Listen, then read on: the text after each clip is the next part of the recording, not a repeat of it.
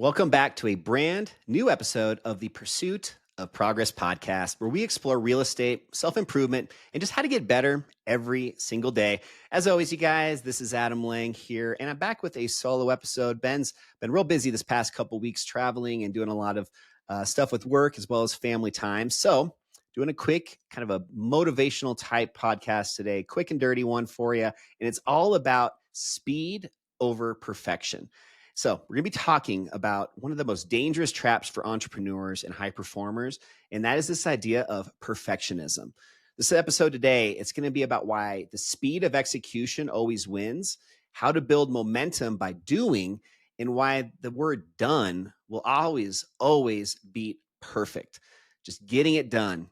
I don't know if you guys have ever heard of GSD. That's an acronym that I used to always really enjoy just for the mentality of it, which is get shit done. So this is kind of an example of that today. And again, why more importantly, it's speed over perfection. So with all that being said, you guys, let's jump right into it. I'm going to be sharing with you 4 points that I've put together today just to really hit this point close to home for hopefully a lot of you.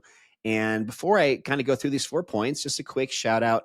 If you guys have any feedback from any of these episodes, maybe you'd even like to be a guest on a future episode, shoot me a message on social media, or you could just give me a quick email. It's adam@adamsellsdenver.com. And I would love the opportunity to hopefully connect with you guys and have you on the show. We really want to focus over the next 12 months or so, having a lot more guests on and just really figuring out new ways to provide even more value to you, our trusty and very appreciated audience of the show. So jumping right into point number 1, all again about speed over perfection. So point number 1 is perfection is really a form of procrastination.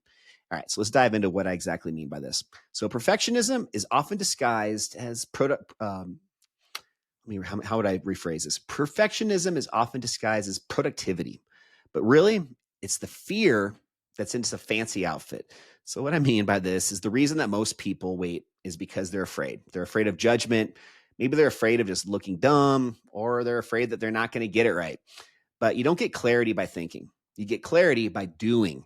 Every successful entrepreneur I know, including some of my favorites right now, like Dan Martell, Andy Frisella, one thing they all have in common is they move fast. They ship. Then they adjust, and then they improve. What's most important is just taking that step forward and learning through that process. You don't learn to ride a bike by reading a manual. You learn by getting on, and I think the key here is you learn by falling off. Those mini failures, or sometimes big failures, that is where the growth comes from. That is where you learn the most. And any successful person that I've ever met, they've had more failures than they've had successes, and those failures often get overlooked by their successes. So just ask yourself this, what am I avoiding by trying to get it 100% perfect? So point number 2 is, I like to call this one speed builds momentum. So when you move quickly, you generate feedback. Feedback then creates momentum. Let me say that one more time. When you move quickly, you generate feedback. Feedback is what then creates that momentum. Momentum, it builds confidence, and confidence then creates belief. That's the cycle. Let me say that one last time just to really hit it home 3 times, and hopefully you'll memorize it, or at least it'll stick a little bit more. When you move quickly, you generate feedback. That feedback then creates momentum. That momentum builds confidence, and that confidence is what creates belief. That's the cycle. So perfectionism, it kills that cycle before it can even begin. And that's this whole point of why we don't want anything necessarily to be perfect. If you want to feel motivated, just take fast action. That's the most important part here.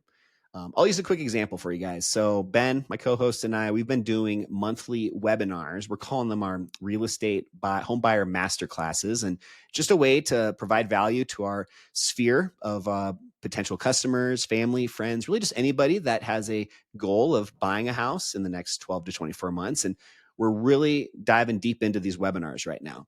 When I launched my first webinar, it was not pretty. The slides were very basic. The branding wasn't really on point. The automations weren't really how they were supposed to be, with follow-up texts and emails, all that kind of stuff. But guess what? I launched anyways. And you know what? It worked. We adjust little things each week. Every time we do a webinar, we have a little post-webinar powwow between the two of us. We talk about what worked really well, maybe what could have used some improvement, and we make that 1% improvement for the next one. It's these little micro adjustments each week. That's what really helps create this well-oiled machine. And if you don't do that, you're just going to be repeating yourself week after week, month after month. But I think the key also on this webinar example is that none of this would have happened if I waited until the webinar was perfect, until it looked ready. You got to be a little dirty at first. You got to just put it out there and see how the market responds. And sometimes you don't even understand or know or predict how the market's going to respond until you put it out there. Something that you thought was going to be completely overlooked and not even that big of a part of the presentation might be what the biggest takeaway was for a lot of people. So just so important just to take that step forward and just make it out, put it out there, make it, release it, whatever it is that you're working on. Don't wait for it to be perfect. Another way to look at this is to launch ugly and then improve later. So anyways, call to action on this one for you guys. Just what takeaway, think of that one project that you might be sitting on right now, something that you're maybe a little bit just worried about putting out into, the public space. It's okay if it's imperfect. Start anyways. Put it out there. So my third point, again, there's 4 points. This is the third one. I want to talk a little bit about perfection and how it doesn't scale. What actually scales are systems. So trying to perfect everything yourself is a complete bottleneck. And I'm saying this also from experience. It slows everything down. The better model is really just to launch something small, see how it works, and then bring in the right people to improve or to scale it. If you guys listened to last week's episode, I talked about how the best, most successful entrepreneurs, business people, just everybody in the world that is at the top of their game, they didn't get there by themselves. They incorporated people around them and helped, these other people helped lift them up to where they wanted to get to. So same here, you need to find other people out there and hopefully, get a little bit of assistance here and just realize that it's not going to be something you're going to do by yourself. So talk a little bit more about this. Trying to perfect everything is that bottleneck. It slows everything down. The better model here is just to launch something small, see how it works, and then bring in the right people, like I said, just to improve or to scale it. Speed wins when you back it up with systems.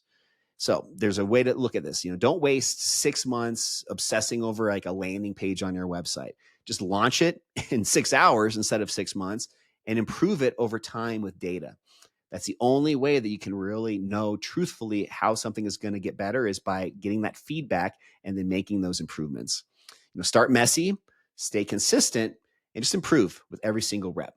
So a takeaway for this one for you guys is to just audit maybe one area of your life or your business where you're feeling stuck in that perfection loop. How can you build a simple system instead that might, in the long run, be what you need to take this to the next level? And then last but not least, the fourth point, done creates data. Data creates direction. Done creates data. Data creates direction. So you can't optimize something that doesn't exist. Done, it gives you something to measure, gives you something to test, and it gives you something to improve. Perfect, however, it just lives in this kind of distant, theoretical type state. So perfect is really never going to be the case. You even look at people like Michael Jordan. What did he say after he won one of his championships? He said, man, I missed, 6 shots, or I missed this last layup, or whatever it may be. He, even at the top of the game, celebrating a massive win like a championship, and he's still thinking about some of the mistakes he made. Using this as an example, just to highlight the point that nothing is ever going to be perfect. Even people that are in the top 1% of their industry, even at that level of execution, they're still not perfect. We need action in the real world if we want real results. Every win you've ever had came from action, not theory. So, version 1 is always better than version none. And I think that should be the quote of the entire episode today. Version 1 is better than version none. So the call to action on this one, a takeaway for you guys, is just give yourself permission to move forward and not worry about what other people are going to say, what other people are going to think. Just don't worry about that. Let your ego take a back seat and realize that this is actually going to be the best thing that you've done by just putting it out there. I'll kind of leave you guys with this. There's something known as the Pareto principle, or the 80-20 rule. And that talks about how, 80% of the results come from 20% of the effort. And same exact topic here as what we're talking about is, you're never going to figure out what that 20% is that takes up and gives you 80% of the results. You're never going to find out what truly is that 20% until you put it out in the world and start testing different things and getting that feedback. And from that feedback, being able to then make those 1% improvements every single time. And over the course of a week, a month, a year, however long it may take, you're going to be amazed at how dialed in whatever it is that you're working on. So I think this one is just a quick episode just to put this out there for you guys, because this is something that I've been dealing with a lot over the last year. And it's also something that as I've gotten better at it, I've been really rewarded by just this understanding of how, yes, putting other people in charge of aspects of this different, stuff that I'm doing with my marketing and real estate career. It's okay to lean on others to help do some of these things. And the biggest thing of all of this is just doing it. Just, again, version 1 is better than version none. Hope you guys enjoyed this episode today. If you guys could just do one last thing for me, if you got any value out of this episode or any of the episodes that we're putting out on a weekly basis, share it with a friend. The only way we're going to grow our episodes, grow our audience, grow the show is just having more organic growth through word of mouth and just having our audience share this with other people that we get value from them. So if you guys could, please do that for us this week.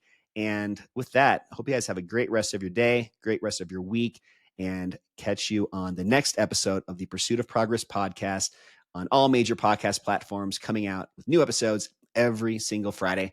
Hope you have a good one. I'll see you next week. Bye.